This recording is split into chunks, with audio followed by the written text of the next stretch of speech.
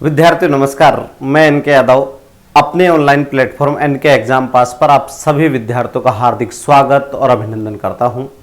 साथियों, जैसा कि आप सबको विदित है, राजस्थान कर्मचारी चयन बोर्ड द्वारा 27 फरवरी 2023 को रीट मुख्य परीक्षा संस्कृत का आयोजन किया गया था और इसी संदर्भ में आपको ये भी विदित होगा कि ये जो परीक्षा हुई उस परीक्षा में आपने प्रश्न पत्रों का स्तर भी देखा होगा।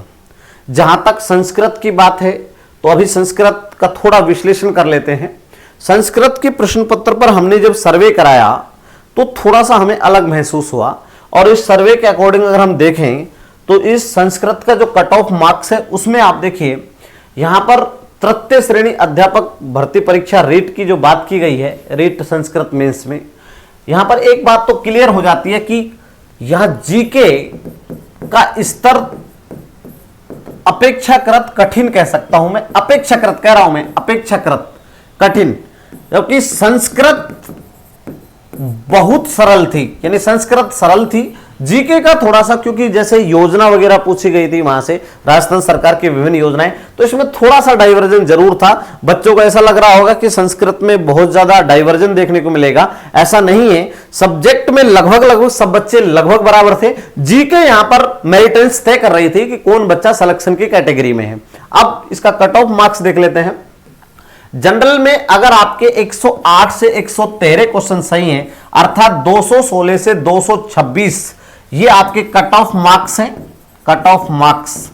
तो और यहां पर देखिए ये प्रश्न यहां पर जो दिए हुए हैं ये प्रश्न अगर आपके सही हैं तो आप निश्चित रूप से दौड़ में हैं। ओबीसी कैटेगरी की बात करें तो 103 से 108 क्वेश्चंस आपके सही होने चाहिए, अर्थात 206 से 216 नंबर आपके आने चाहिए।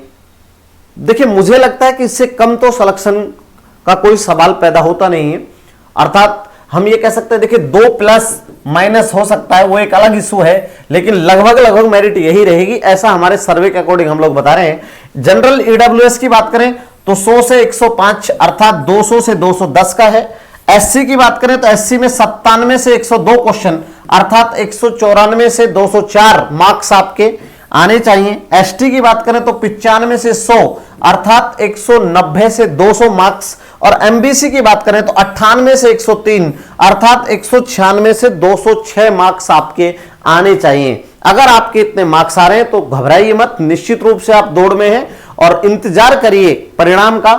साथियों, दो बातें मैं बहुत ज्यादा कहूंगा आपको। देखिए बहुत लोग कट ऑफ जारी कर रहे हैं और देखिए सब विद्वान साथी अपने विश्लेषण के आधार पर ही कर रहे होंगे, लेकिन एक बात तो बहुत महत्वपूर्ण हो जाती है कि जब भी इसमें हमें ऐसा लगता है कि हमारे बहुत ज्यादा मार्क्स आ रहे होंगे, नेगेटिव मार्किंग बच्चों को बहुत ज्यादा डाउन ला रही है। ऐसा नहीं है कि बच्चे कुछ बिल्कुल संभलकर प्रश्न पत्र को हल कर नहीं है, ऐसा नहीं है। उन्होंने बहुत ज्यादा संयम के साथ में प्रश्न पत्र को हल नहीं किया। उन्होंने देखा कि जब पेपर का सरल है तो प्रश्नों की संख्या बढ़ा दी जाती है, जबकि चाहे वो प्रश्न आ भी नहीं रहा है, नेगेटिव मार्किंग बच्चों को डाउनफॉल ले आई, उनको नीचे ले आई। दूसरी महत्वपूर्ण बात, संस्कृत की जितनी भी मैं देख रहा हूं, देखिए हमने कट ऑफ का विश्लेषण किया, बहुत विद्वान साथी हमारे इसकी कट ऑफ ज्यादा बता रहे हैं, अर्थात कई विद्वान साथी ऐसे हैं वो कह रहे हैं 120 क्वेश्चन जिसने अटेम्प्ट किए हैं यानी सही है, वो जनरल की कट ऑफ की दौड़ में 118 से 120। लेकिन ऐसा नहीं है साथियों, सच ये है कि जब देख लेना आप, जब ये कट ऑफ आए तो निश्चित रूप से इसी के ऊपर काम करेगा। इसके साथ में लगता ऐसा है कि सर प्रश्न पत्र बहुत सरल है, जबकि ऐसा नहीं है। प्रश्न पत्र में नेगेटिव मार्किंग एक तरीके से अपना बहुत ज्यादा अहम रोल अदा कर रही है। ठीक है साथियों, तो ये संस्कृत का कट ऑफ रहने वाला है। आप हो सकता है मेरी बातों से सहमत नहीं हो, यह आपकी इच्छा पर निर्भर करता है। ठीक है, जय हिंद, जय भारत, धन्यवाद।